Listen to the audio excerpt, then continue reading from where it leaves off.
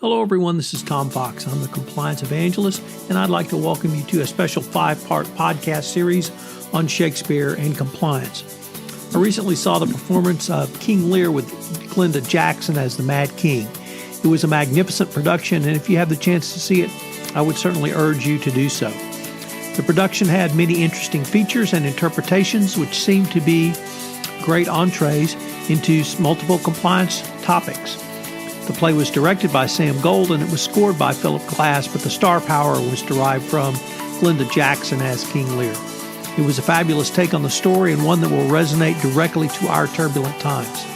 Therefore, inspired by octogenarian Jackson and her performance, I'm going to use this performance to take a deep dive into several compliance topics. These topics include innovation, engaging your audience, Lear's fool, Glenda Jackson's different interpretation of Lear, and changing your focus in compliance.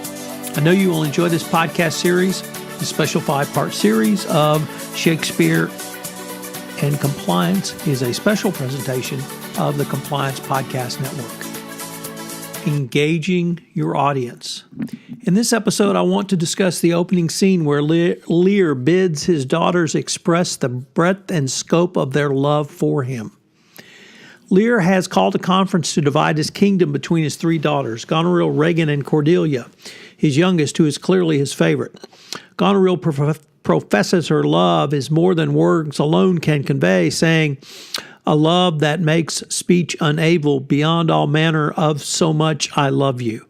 Regan professes, "Myself an enemy to all other joys, which is the most precious square of senses possesses, and I find I alone felicitate in your dear highness's love." However, Cordelia refuses to play the flattering fool. Her father twice gives her the opportunity to redress this decision, but she holds firm, saying, "Nothing, my lord." This leads to the break in the family, the death of the sisters, and the fullest scope of the tragedy.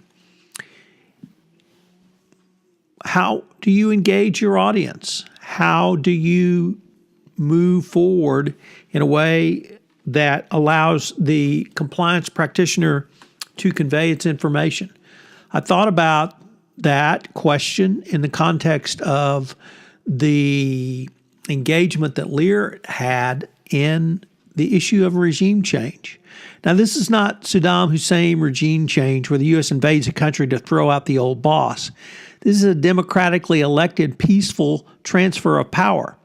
However, it now appears that regime change means that corruption investigations, which will impact not only the FCPA, but U.S. companies. In other words, how do you engage your company to prepare for regime change? As every compliance officer and practitioner needs to be aware of this new reality, I wanted to point out 3 recent regime changes and what they have meant. South Africa. South Africa did not elect a new political party, but the current ruling party, the African National Congress, forced out its former president, Jacob Zuma, and replaced him with a new president, Cyril Ramaphosa.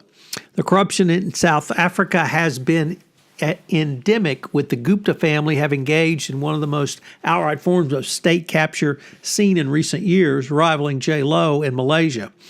The new president created a commission of inquiry into state capture, corruption, and fraud in the public sector to investigate allegations the Gupta family illegally influenced political decisions to their advantage. The commission was impaneled in August 2018, was given a 6-month term.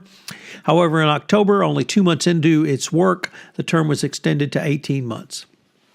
Malaysia. The alleged corruption of the former Prime Minister Razik Nabil was as stunning as it was blatant. Paired with J-Lo, he and his wife and immediate family used the country's sovereign wealth fund, 1MDB, as their collective personal piggy bank, literally stealing billions. Najib has pleaded not guilty to these charges of criminal breach, and at some point he may have to go to trial. It's unclear when. The first trial has been indefinitely postponed. Several prominent companies have come to grief over their work with and for Najib and 1MDB. Goldman Sachs is the most public entity which is ensnared in the scandal, with the Malaysian government demanding $6 billion in reparations from the U.S. investment firm. However, they're not alone, as in addition to Goldman Sachs, there are at least 2 international accounting firms, KPMG and Deloitte, who are also in the crosshairs for their work with 1MDB. This also includes the UAE sovereign wealth funds that co-signed notes with 1MDB and are now on the hook for them. Brazil. In 2018, Brazil elected a new president, Jair Bolsonaro, who won a sweeping victory in Brazil's presidential election, defeating Fernando Haddad of the Workers' Party. His election was directly due to the corruption of the prior regime and the investigations which began with Operation Car Wash. It has now reached up to literally the highest levels of the current government as well, with the current president's son under investigation. Yet even outside the original area of Operation Car Wash, Petrobras, Odebrecht, and all the rest, the country is still reeling from the scandal involving the deadly dam collapse which recently occurred in southeastern Brazil. Vale is under investigation, as well as the inspection firms and other professionals, around the failure of the mining dam that sat above a town that it wiped out. In January, it collapsed and unleashed a tidal wave of mud and waste that engulfed houses, businesses, and residents in its path. It killed at least 157 people, and unfortunately, another 182 are still missing. What do you need to do to look forward? Are you thinking about Brazil?